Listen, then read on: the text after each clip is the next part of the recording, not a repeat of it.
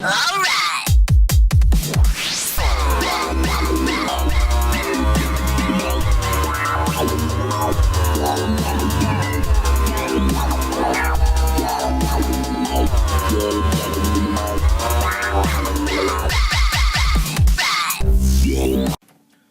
welcome to This Week in Gaming with me, GD. Let's begin with this week's news.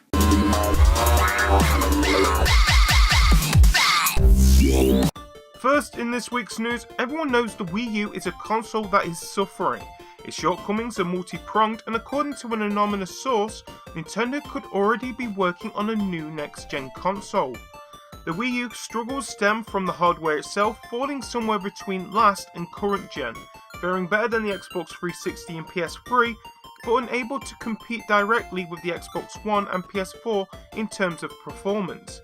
Coupled with the lack of third-party support and an overall identity crisis, Nintendo's recently posted sales figures of a third consecutive year of losses could be the reason behind the recent chatter around a new console in development. Nintendo isn't going to go broke anytime soon though. They made so much money off the Wii, the DS, and most recently the 3DS, they could write the whole Wii U off as a Virtual Boy hiccup and still be rubbing each other down with 10,000 yen notes. The report from the Nintendo rumor site Nintendo News claims that Nintendo is already working on two next-gen consoles, codenamed Fusion Terminal and Fusion DS. Again, this is all rumor, but this rumor comes with a pretty detailed set of specs for the new console. The Fusion DS is also rumoured to come with the dual thumb pads, thus eliminating the need for the second circle pad extender peripheral we saw released for the 3DS, aka the Boat. According to the leak, the Wii U gamepad and Wii Mote will both be supported by the Fusion Terminal. Apparently, the console will also be capable of supporting 4 gamepads simultaneously. So, are we looking at a hybrid console? The fact that the HVD format, which can store terabytes of data, may be supported is certainly a step in the right direction for Nintendo. The Fusion DS will keep the 2 screens and will be backwards compatible with the current library of games. There is also reported 3DS card slot on the Fusion Terminal itself, which could be huge if the 3DS titles were able to be played on the big screen. Again, all this should be taken with a healthy dose of skepticism, but these specs would suggest that Nintendo has some sort of contingency plan in place should the Wii U continue to falter. Also in the news, Sony is set to unveil something radically slim at the end of the month, according to an invitation received by IGN on Friday. Though a PlayStation 4 overhaul would certainly shake up the industry, it wouldn't exactly be a practical move for Sony, leading many to conclude that the announcement is likely regarding a wider release of the company's PlayStation Vita Ultra Slim model, which was rolled out to Japan and Asia last fall. Following the biggest launch in PlayStation history, join us for the introduction to the slimmest. The invite reads, setting a date at January the 30th. The PlayStation Vita Slim is in fact the most compact handheld in Sony's lineup, measuring 20% thinner than the current Vita available for US and Europe and weighing 15% less.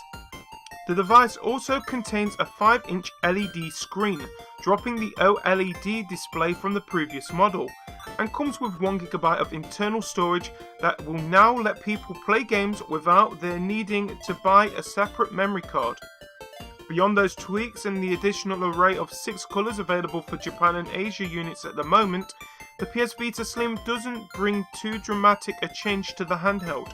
It's currently retailing for 18,980 yen or $190 in Japan. All we can do for now though is sit back and see what is announced this Thursday. Next in the news, Sony is investigating a PlayStation 4 error that causes some players to lose saved data according to Polygon. Known as CE 34878, the error indicates that an application has crashed and reportedly corrupts saved files, resulting in what could be hours of lost progress for players. On rare occasions, users report that the error prevents them from opening apps and even bricks their consoles, rendering them useless.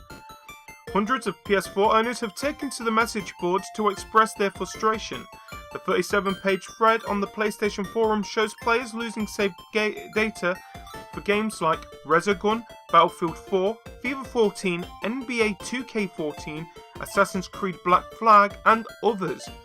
While there is currently no one-size-fits-all fix to the issue, the PlayStation support site encourages players experiencing the error to close the game and reinstall the latest software or patches available. Some players posting on the forum have reported success using this method, but not all.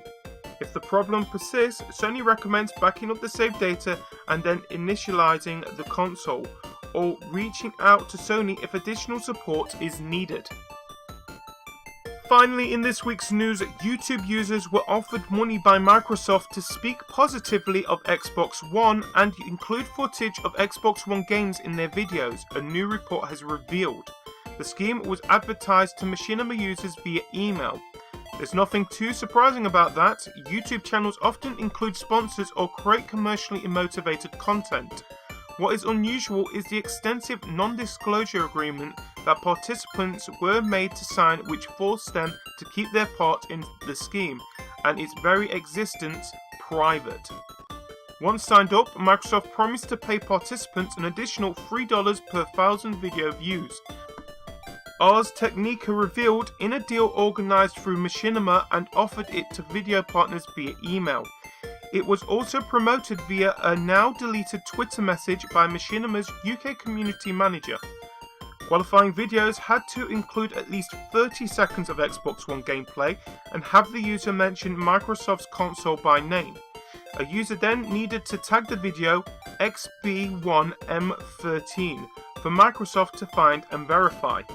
The deal's full agreement, posted by Pastebin by ReconXBL, reveals that users also had to promise not to say anything negative or disparaging about Machinima, Xbox One, or any of its games. The report qualifies the above by saying that the scope of its campaign was minimal in comparison to Microsoft's overall Xbox One marketing push. Microsoft promised to only pay out for the scheme's first 1.25 million views. A milestone which was passed on the 16th of January, just 2 days after the promotion began. Regardless, the existence of the promotional content not clearly identified as such is a troubling prospect. It's clear to see why the scheme would appeal to advertisers, which face a constant battle getting internet users to interact with commercially funded messages, and that's if users don't just block advertising entirely. It should also be pointed out that despite the fact that Microsoft has stopped paying for these videos, the company will continue to benefit from their existence, as they remain on YouTube for users to find. US Federal Trade Commission's guidelines state that the participants in promotional content must disclose a connection between the endorser and the seller for the advertised product that might materially affect the weight or credibility of the endorsement, something which could arguably be applied here. It's not the first time that Microsoft has tried to woo the YouTube audience. A similar campaign offering the additional $1 per 1,000 views took place in November.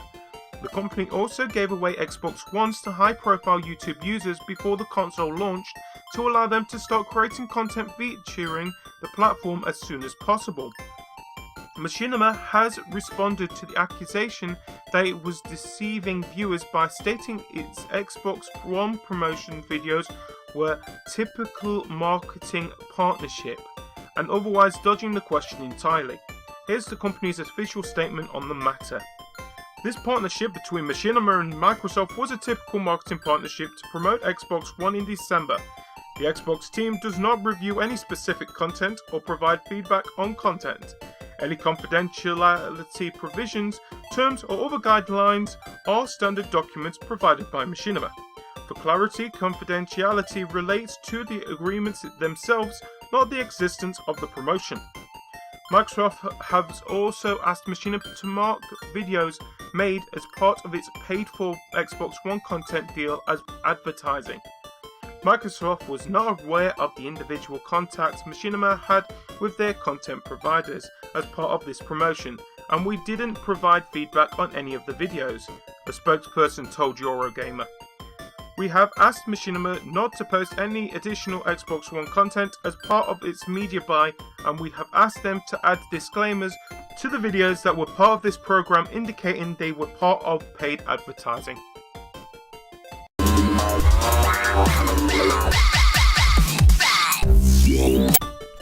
Now it's time for the UK Top 5.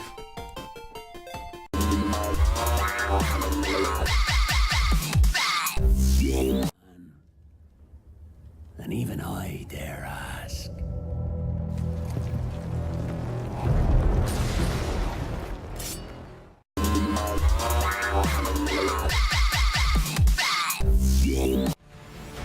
Okay, people, let's go to work.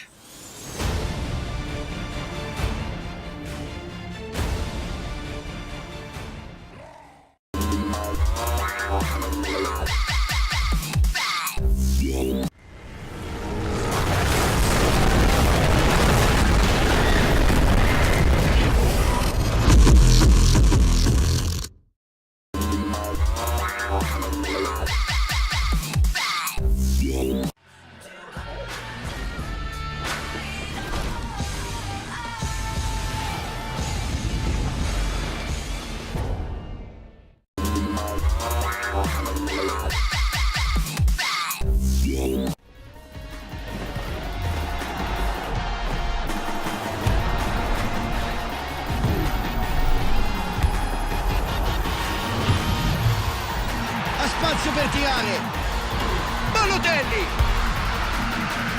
che gol, splendida rete. And that's it for the UK Top 5 this week.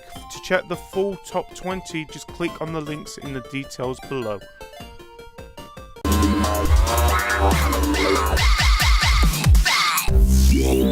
Now it's time for the new releases of the week, starting with Broken Age Episode 1 on the PC, out 28th of January. Next, we have Tomb Raider Definitive Edition on the Xbox One and PS4, out the 31st of January. And finally, we have Naruto Ultimate Ninja Storm 3 Full Burst on the 360, PS3 and PC, out 31st of January. So that's it for this week in gaming for the week ending the 25th of January. Tune in next week for more of the hottest news, the top 5 games and new releases of the week, right here on This Week in Gaming.